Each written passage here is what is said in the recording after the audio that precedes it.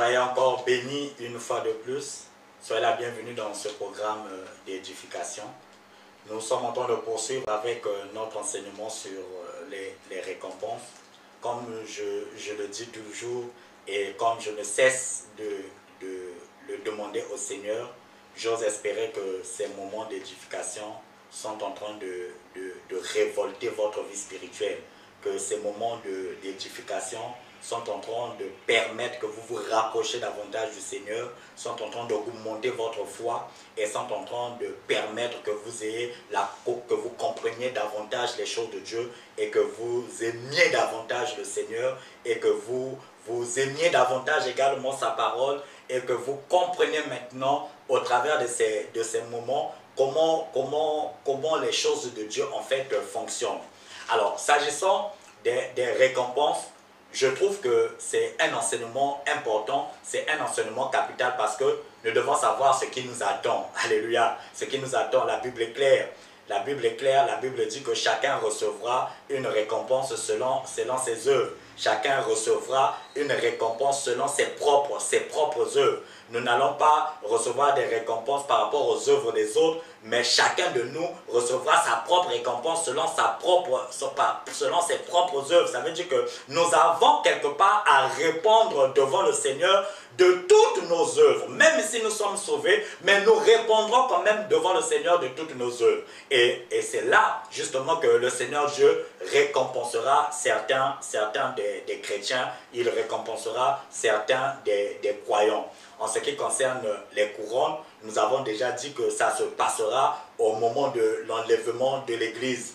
Tous ceux-là qui sont morts en Christ ressusciteront d'abord en premier, ensuite avec ceux-là qui seront restés vivants au moment de l'avènement de notre Seigneur Jésus-Christ, ils s'élèveront dans les airs et là, ils pourront recevoir leur récompense. En ce qui concerne les récompenses, on a parlé déjà de la couronne de réjouissance attribuée à tous ceux-là qui exercent le travail de gagner des âmes au Seigneur. Nous avons parlé de la couronne de réjouissance et ce soir, nous voulons aborder une autre couronne. Ne vous inquiétez pas, nous avons plusieurs récompenses que le Seigneur Dieu nous a réservées et c'est important que nous puissions les connaître afin que cela nous motive à le servir davantage, afin que cela nous motive à accomplir davantage les bonnes œuvres auxquelles nous avons été appelés. Alléluia. Alors la troisième récompense que nous recevrons au jour du Seigneur, c'est la couronne de gloire. Nous pouvons lire dans 1 Pierre le chapitre 5, le verset 2 au verset 4. La Bible dit, « Paissez le troupeau de Dieu qui est sous votre garde, non par contrainte, mais volontairement, selon Dieu, non pour un gain sordible, mais avec dévouement, non comme dominant sur ceux qui vous sont échus en partage, mais en étant les modèles du troupeau. Et lorsque le souverain pasteur paraîtra, vous obtiendrez la couronne incorruptible de la gloire. Alléluia. Alléluia. La couronne incorruptible de gloire. La couronne de gloire, bien-aimés, c'est une récompense spéciale pour les pasteurs appelés par Dieu. C'est une récompense spéciale pour tous les pasteurs qui ont été fidèles, pour tous les pasteurs qui ont été obéissants. Ils recevront cette couronne, ils vont recevoir cette récompense quand le souverain pasteur qui est Jésus-Christ de Nazareth apparaîtra. Cette couronne, elle est incorruptible comme toutes celles qui seront données par Jésus-Christ. On ne peut pas les acheter, on ne peut pas corrompre le Seigneur pour avoir une récompense selon notre œuvre, comme je l'ai dit et comme j'insiste encore, selon nos œuvres, le Seigneur Dieu va nous récompenser. Ce sont nos œuvres qui parleront pour nous, ce sont nos œuvres qui témoigneront pour nous devant le Seigneur. Et par rapport au témoignage de nos œuvres, le Seigneur Dieu nous attribuera soit des récompenses ou soit encore il ne nous attribuera rien. Alléluia, il ne nous récompensera pas. Alors en ce qui concerne la couronne de gloire, laisse-moi te révéler que ce n'est pas seulement au pasteur, mais chaque croyant aussi peut avoir une part dans la couronne de gloire de son pasteur. La Bible, dans Matthieu le chapitre 10, le verset 41, la Bible dit, celui qui reçoit un prophète en qualité de prophète recevra une récompense de prophète. Et celui qui reçoit un juste en qualité de juste recevra une récompense de juste. Chaque église fidèle à la parole de Dieu doit soutenir son pasteur en priant pour lui, mais aussi en l'encourageant dans le service du Seigneur. Chaque église doit veiller en fait à ce que le ministère de son pasteur soit pris en charge. Je sais que c'est un enseignement que beaucoup de personnes ont horreur. C'est un enseignement sur lequel le diable a réussi à mettre beaucoup d'incompréhension, beaucoup d'hésitation dans le cœur des enfants de Dieu. Mais laissez-moi vous dire que c'est biblique, c'est la parole de Dieu. Je ne m'empêcherai pas de vous prêcher la parole de Dieu en ce qui concerne le fait de soutenir matériellement, le fait de soutenir financièrement, le fait de prendre en charge vos pasteurs. Je ne pourrai pas m'empêcher de vous prêcher ce message au risque que vous me jugez. Non, non, non, non. Alléluia. C'est la parole de Dieu. Puisque c'est écrit, nous le prêchons. Et puisque c'est écrit, nous devons le pratiquer. Nous devons obéir à la parole de Dieu. En réalité, le pasteur n'a pas besoin de notre argent. Mais nous le soutenons. Nous le soutenons parce que le Seigneur nous demande de le faire. Alléluia. Parce que le Seigneur nous demande de le faire. Alléluia. Ce n'est pas parce qu'il y a eu des abus. Oui, je ne peux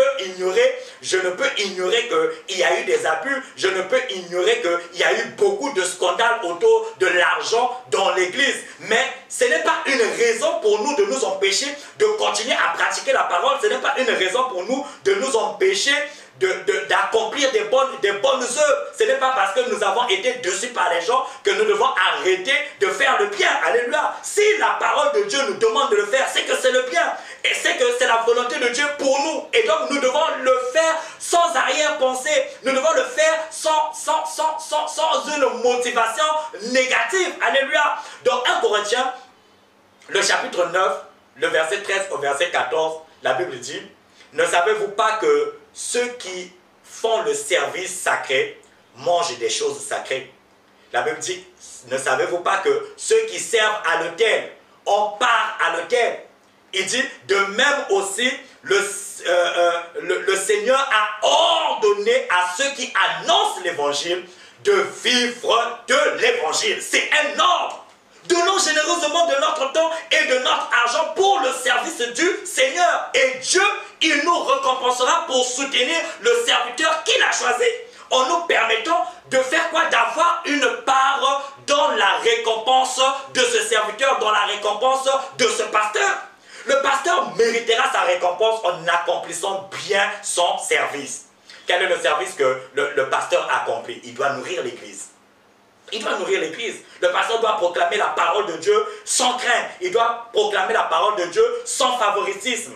Et quand c'est nécessaire, donc il doit suivre la recommandation que Paul a fait à Timothée. Dans 2 Timothée, le chapitre 4, le verset 2, Paul dit à Timothée, prêche la parole, insiste en temps favorable et défavorable. Alléluia. Reprend, censure, exhorte en toute patience et en instruisant.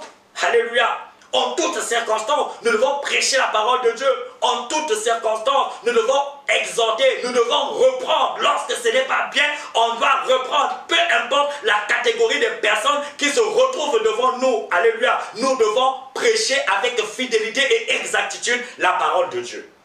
Le pasteur, pour recevoir cette récompense qui est la couronne de gloire, il doit superviser l'état spirituel de l'église. Le pasteur doit mener l'église selon la Bible. Le pasteur, il est responsable devant Dieu de l'enseignement et la direction qu'il donne à l'église. Le pasteur ne prêche pas pour plaire aux hommes, non, mais il prêche pour plaire à Dieu.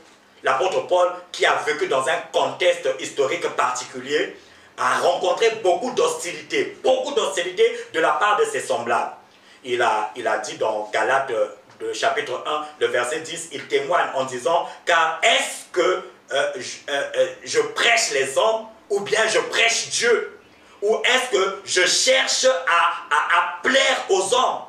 Et il dit, si je plaisais encore aux hommes, je ne serais pas un serviteur de Christ. Alléluia. Si je plaisais encore aux hommes, je ne serais pas un serviteur de Christ. On n'est pas là pour plaire aux hommes. On n'est pas là pour nous attirer la faveur des hommes. Nous ne sommes pas là pour nous attirer la gloire des hommes. Je ne prêche pas la parole de Dieu pour être célèbre. Je ne prêche pas la parole de Dieu pour m'enrichir. Je n'ai que faire de l'argent. Je n'ai que faire des richesses de ce monde. Je n'ai que faire de l'argent que les personnes peuvent emmener. Excusez-moi de le dire parce que quand on le dit, on est orgueilleux. Quand on le fait, on est escroc. Non, alléluia, c'est la parole de Dieu. Alléluia, c'est la parole de Dieu. Pourquoi sommes-nous hostiles à la vérité de la parole? Pourquoi nous sommes hostiles à cette vérité? Tout simplement parce que l'Esprit de Dieu n'agit pas en nous. Tout simplement parce que nous ne sommes pas conduits par l'Esprit de Dieu. Quand nous sommes conduits par l'Esprit de Dieu, les choses de Dieu, nous les comprenons. Alléluia. Les choses de Dieu, nous les comprenons.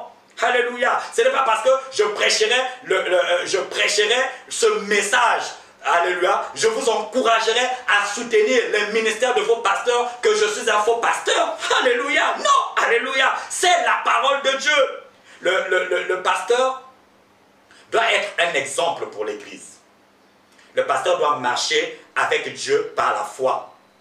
Et sa conduite doit être un exemple pour les autres croyants.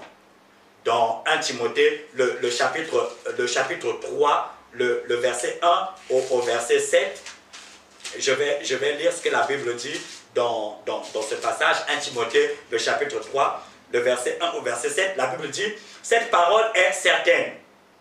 Si quelqu'un aspire à la charge d'évêque, il désire une œuvre excellente. Il faut donc que l'évêque soit irréprochable, mari d'une seule femme, sobre, modéré, réglé dans sa conduite, hospitalier, propre à l'enseignement.